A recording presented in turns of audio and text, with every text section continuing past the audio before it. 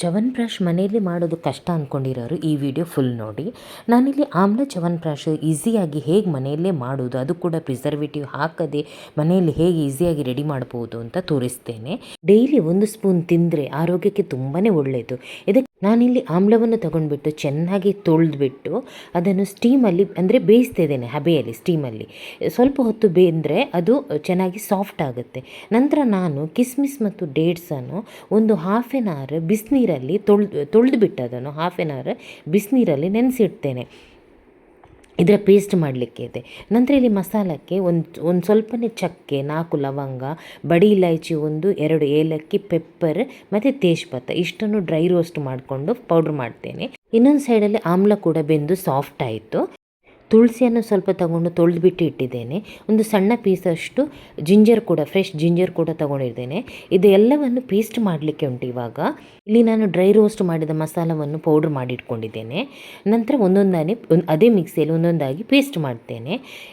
ತುಳಸಿ, ginger, dates, ಕಿಸ್ಮಿಸ್ ಎಲ್ಲ ಹಾಕಿಬಿಟ್ಟು ಎಷ್ಟು ಬೇಕೋ ಅಷ್ಟು ನೀರನ್ನು ಕೂಡ ಹಾಕಿ ಅದನ್ನು ಏನು ಸೋಕ್ ಮಾಡಿದ ನೀರನ್ನೇ ಹಾಕಿಬಿಟ್ಟು ಪೇಸ್ಟ್ ಮಾಡಬೇಕು. ಜಾಸ್ತಿ ನೀರು ಹಾಕಿದರೆ ಕಷ್ಟ ಆಗುತ್ತೆ, ಮತ್ತು ಸ್ವಲ್ಪನೇ ನೀರು ಹಾಕಬೇಕು. ಈ ರೀತಿ ಪೇಸ್ಟ್ ಮಾಡ್ಕೊಂಡಿದ್ದೇನೆ. 1 ಬೌಲ್ ಆಯಿತು.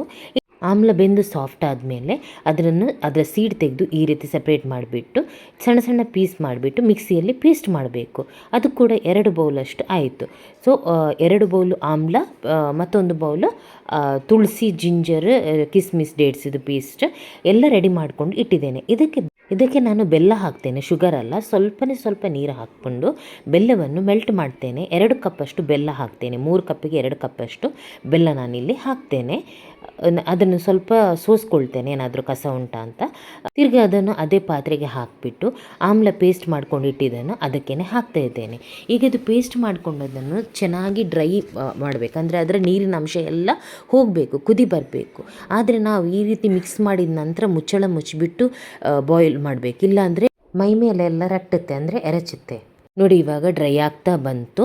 ಈಗ ನಾವು ತುಳಸಿದು ಪೇಸ್ಟ್, ಅಂದರೆ ತುಳಸಿ, ಜಿಂಜರ್, ಡೇಟ್ಸ್, ಕಿಸ್ಮಿಸ್ ಹಾಕಿದ ಪೇಸ್ಟ್ ಹಾಕಬೇಕು. ಇದನ್ನು ಕೂಡ ಚೆನ್ನಾಗಿ ಮಿಕ್ಸ್ ಮಾಡಬೇಕು. ಅದೇ ರೀತಿ ಬಾಯ್ಲ್ ಮಾಡಬೇಕು. ಹೆವಿ ಬಾಟಮ್ ಅಂದರೆ ಹೆವಿ ಬಾಟಮ್ ಇದು ಪಾತ್ರೆ ಉಪಯೋಗಿಸಿದರೆ ಒಳ್ಳೆಯದು, ಇಲ್ಲಾಂದರೆ ಟ್ರೈಪ್ಲೈ ಆದರೆ ತುಂಬ ಒಳ್ಳೆಯದು.